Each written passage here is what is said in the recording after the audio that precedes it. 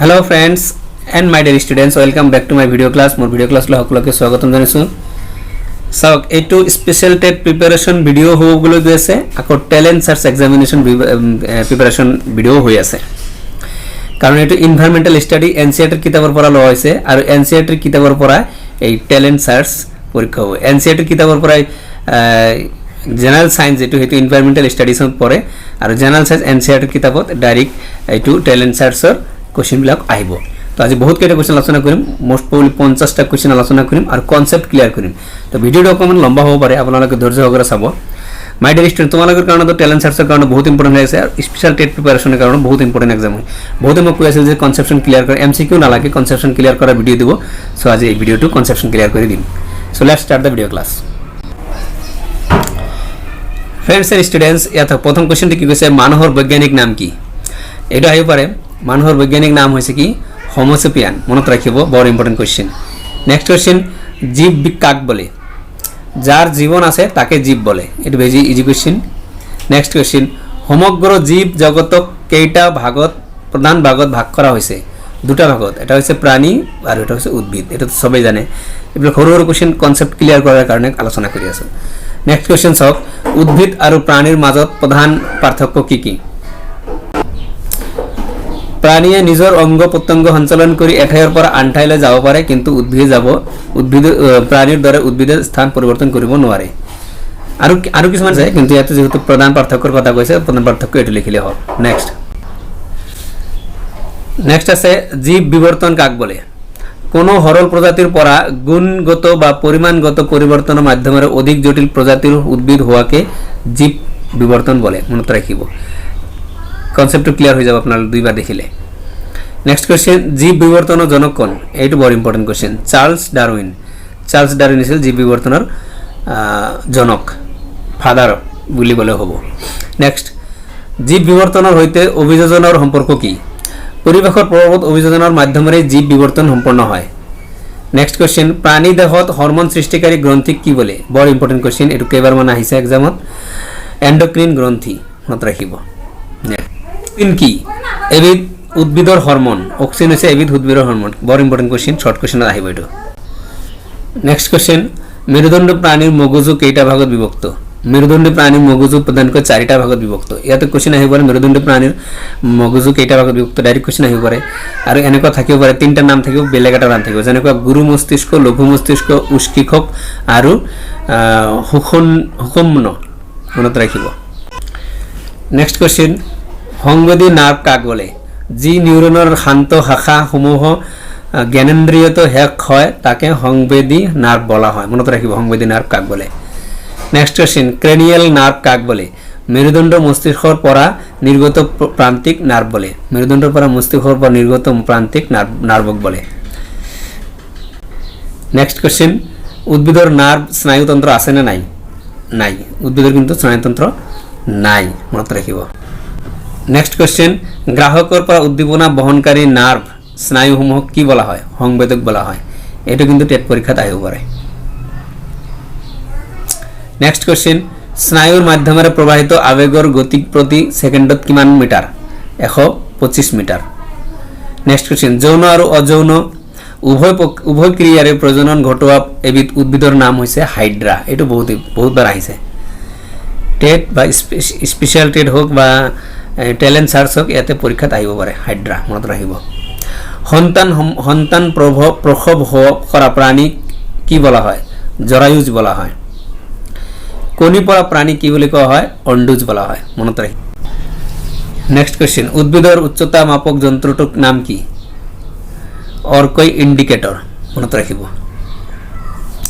বংশগতি কাক বলে যি প্ৰক্ৰিয়াৰে মাক দেউতাকৰ বৈশিষ্ট্য সতি সন্ততিলৈ সঞ্চালিত হয় তাকে বংশগতি বলা হয় প্ৰজনন বিদ্যা কাক বলে যি বিজ্ঞান অধ্যয়ন কৰিলে বংশগতি সম্পৰ্কে জানিব পৰা যায় তাকে প্ৰজনন বিদ্যা বলা হয় বংশগতি সম্পৰ্কে যি কিতাবত লিখা থাকে তাকে কোৱা হয় প্ৰজনন বিদ্যা প্ৰজনন বিদ্যাৰ জনক কোন বৰ ইম্পৰ্টেন্ট কোশ্চেন প্ৰজনন বিদ্যা দা ফাদাৰ অফ ৰিপ্ৰোডাকশন এটু কোন আছিল গ্ৰেগক জোহান মেন্ডেল মনত ৰাখিব নেক্সট কোশ্চেন কি উদ্ভিদৰ ওপৰত মেন্ডেলে বংশগতিৰ ওপৰত পৰীক্ষা চলাইছিল মটৰ মাহৰ উদ্ভিদ এইবাৰ মান পৰীক্ষা দি দিয়ে এটু উদ্ভিদটিৰ নাম কি? মটৰ মাহৰ। কোশ্চেন নাম্বাৰ 24, কোষ বিভাজন কাক বলে? এটা সজীৱ কোষ বিভক্ত হৈ দুটা সজীৱ কোষত পৰিণত হওয়াকে কোষ বিভাজন বলা হয়। প্ৰথমে তো এটা কোষই থাকে, এই কোষটো দুটা হয়, দুটাৰ পৰা তিনিটা হয়, তিনিটাৰ পৰা চাৰিটা হয়, চাৰিটাৰ পৰা পাঁচটা হয়, অগণন কোষ সৃষ্টি হয়। মনত রাখিব। কোষ বিভাজনের উদ্দেশ্য কি? বৃদ্ধি, জনন বৃদ্ধি, সংখ্যা, প্রজাতির বৈশিষ্ট্য রক্ষা করা আদি বিজ্ঞানের অতি প্রয়োজনীয় কামবোৰ সম্পন্ন কৰাই কোষ বিভাজনেৰ প্ৰধান উদ্দেশ্য। মনত ৰাখিব। নেক্সট কোশ্চেন, কেনে ধৰণৰ কোষ বিভাজনত কোষৰ ক্ৰোমোজোমৰ সংখ্যা অপৰিৱৰ্তিত হৈ থাকে? মাইটোসিস পদ্ধতিত। ক্ৰোমোজোমৰ কনসেপ্ট অলপ দি দিওঁ। ক্ৰোমোজোম হৈছে কি, যিবিলাক মানে পিতৃৰ পৰা আৰু মাতৃৰ পৰা ক্যাৰেক্টাৰ মানে চৰিত্ৰ বহন কৰি বাচ্চাবিলাকক আনে, সেই তাকে কোৱা হয় ক্ৰোমোজোম। কেইবাৰ মানে টেট পৰীক্ষাত আহিছে যে এটা বাচ্চাৰ দেউতাক আৰু মাকৰ পৰা কিমান জোৰকৈ ক্ৰোমোজোম আহে? 23 জোৰাকৈ ক্ৰোমোজোম আহে। নেক্সট কোশ্চেন, সজীৱ দেহৰ কোন অংশত মায়োসিস কোষ বিভাজনত সংঘটিত হয়? মাথজনন মাতৃকোষত।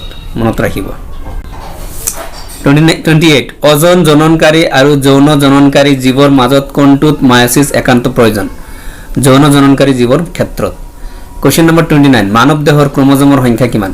46 ডাল। ক'লোৱে মই 23 আৰু প্লাছ 23, মাক আৰু দেউতাকৰ পৰা 23 কৈ আহি এটা মানৱ দেহ গঠন কৰা হয়। নেক্সট কোশ্চেন, এজন প্ৰাপ্তবয়স্ক মানুহৰ শৰীৰত হাড়ৰ সংখ্যা কিমান থাকে? 206 ডাল। এইটো বৰ ইজি কোশ্চেন, প্ৰায় মনত ৰাখিব। কি পেশীৰ দ্বাৰা মানুহৰ নিজৰ অংগ প্ৰত্যংগ সঞ্চালন কৰে? ঐচ্ছিক পেশীৰ দ্বাৰা। মনত ৰাখিব। নেক্সট কোশ্চেন, ৰেচনৰ উদ্দেশ্য কি? উদ্ভিদৰ পৰা বিপাক জাতীয় দূষিত পদাৰ্থ উলিয়াই দিয়া, ইয়াকে কোৱা হয় ৰেচনৰ উদ্দেশ্য। তাৰমানে মানুহৰ যিটো দূষিত পদাৰ্থ, এইটো আৰু এটা নাম আছে গলগি পদাৰ্থ, এই গলগি পদাৰ্থবিলাক যে শৰীৰৰ পৰা বাহিৰ কৰি দিয়ে, ইয়ে হৈছে ৰেচনৰ উদ্দেশ্য। কোশ্চেন নম্বৰ 33, সৰ্বপ্ৰথম কোনে ভাইৰাছ আৱিষ্কাৰ কৰিছিল? বৰ ইম্পৰ্টেণ্ট, ইভানোভিকে। ভাইৰাছ কোনে আৱিষ্কাৰ কৰিছিল? প্ৰায় এক্সামত আহি থকা দেখা যায়, ইভানোভিক লিখিব। 34, এণ্টিবায়টিক কি? ভেঁকুৰৰ পৰা নিঃসৃত যি পদাৰ্থই জীৱাণুৰ বংশ বৃদ্ধিত বাধা দিব পাৰে তাকেই এণ্টিবায়টিক বলা হয়। এটাতো প্ৰায় আপোনালোকে মেডিকেল শ্বপত গ'লে এণ্টিবায়টিক যে খোজে জ্বৰ হ'লে বা চৰ্দি হ'লে, এই এণ্টিবায়টিক হৈছে এইটো। নেক্সট কোশ্চেন, ব্যাকটেরিওফাজ ভাইরাস কাক বলে? ব্যাকটেরিয় কোষক আক্রমণ করা ভাইরাসক ব্যাকটেরিওফাজ ভাইরাস বলা হয়। 36, কি হরমোনে উদ্ভিদৰ কোষ বিভাজনত সহায় কৰে? Kinetin hormone. মনত ৰাখিব, বৰ ইম্পৰ্টেণ্ট কোশ্চেন এইটো। নেক্সট কোশ্চেন, জনন কাক বলে? পৃথিৱীৰ জীৱসমূহে পৰিণত বয়সত যি পদ্ধতিৰে বংশ বৃদ্ধি কৰে তাক জনন বলে। ইয়াৰ এটা নাম হৈছে প্ৰজনন। 38, জননৰ উদ্দেশ্য কি? বংশবৃদ্ধিৰ জৰিয়তে অস্তিত্ব ৰক্ষা কৰা। জননৰ উদ্দেশ্য এটাই, প্রজননের উদ্দেশ্য। 39 কোশ্চেন, অঙ্গজ প্রজনন কাক বলে? যি পদ্ধতিত কোনো উদ্ভিদ বা প্রাণীর শরীরের কোনো অংশই অবিকল তেনে উদ্ভিদ বা প্রাণী সৃষ্টি করে তাকে অঙ্গজ প্রজনন বলা হয়। বুঝি পাইছে? মনত রাখিব। পরাগ সংযোগ কাক বলে? প্রস্ফুটিত ফুলৰ পৰাগ বতা নাইবা অন্যান্য কীট পতঙ্গৰ দ্বাৰা প্ৰভাবিত হৈ গৰ্ভমণ্ডল স্থাপিত হওয়াৰ বিশেষ পদ্ধতিক পৰাগ সংযোগ বলা হয়। পিউপিল কি? চকুৰ তৰাৰ মাজৰ গোলাকাৰ বন্ধাটক পিউপিল বলে। চকুৰ তৰাৰ মাজৰ গোলাকাৰ বন্ধাটক পিউপিল বলে। মনত ৰাখিব।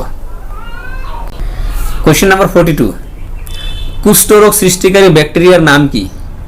বৰ important question. Mycobacteria leprae. Question number 43, যক্ষা রোগ সৃষ্টিকারী ব্যাকটেরিয়ার নাম কি? Tuberculosis bacteria. এই ব্যাকটেরিয়ার উপর কিন্তু একটা কোশ্চেন আহিবই। নেক্সট কোশ্চেন, হিউমাস কি? আপোনালোকে বহুত পঢ়ি আহিছে কিন্তু হয়তো মনত নাই।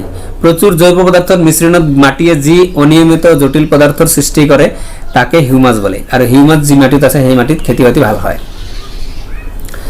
নেক্সট কোশ্চেন, পাস্তুরাইজেশন কাক বলে? খাদ্য নাইবা পানীয়ক বিশেষ পদ্ধতিক জীবাণু মুক্ত করা কার্যক পাস্তুরাইজেশন বলা হয়। পাস্তুরাইজেশন বলা হয়। মনত রাখিব, বৰ ইম্পৰ্টেন্ট কোশ্চেন। 46 নাম্বাৰ, আটাইতকৈ সৰল প্ৰোটিন কি? গ্লাইসিন। বৰ ইম্পৰ্টেন্ট কোশ্চেন, বহুতবাৰ এক্সামত আহি থাকে টেট এক্সামত, যে আটাইতকৈ সৰল প্ৰোটিনটোৰ নাম কি? গ্লাইসিন। Question number 47. স্তন্যপায়ী প্ৰাণীৰ তেজৰ ৰং ৰঙা কিয়? স্তন্যপায়ী প্ৰাণীৰ তেজত লো মিশ্ৰিত হিমোগ্লোবিন নামৰ ৰঞ্জক পদাৰ্থ থকা বাবে তেজৰ ৰং ৰঙা হয়। তাৰমানে এক কথাত গ'লে হিমোগ্লোবিন থাকাৰ কাৰণে তেজৰ ৰং ৰঙা হয়। যাৰ তেজত হিমোগ্লোবিনৰ সংখ্যা কম আছে সেই তেজৰ ৰং চেতা বা বগাৰ নিচিনা হৈ দেখা যায়।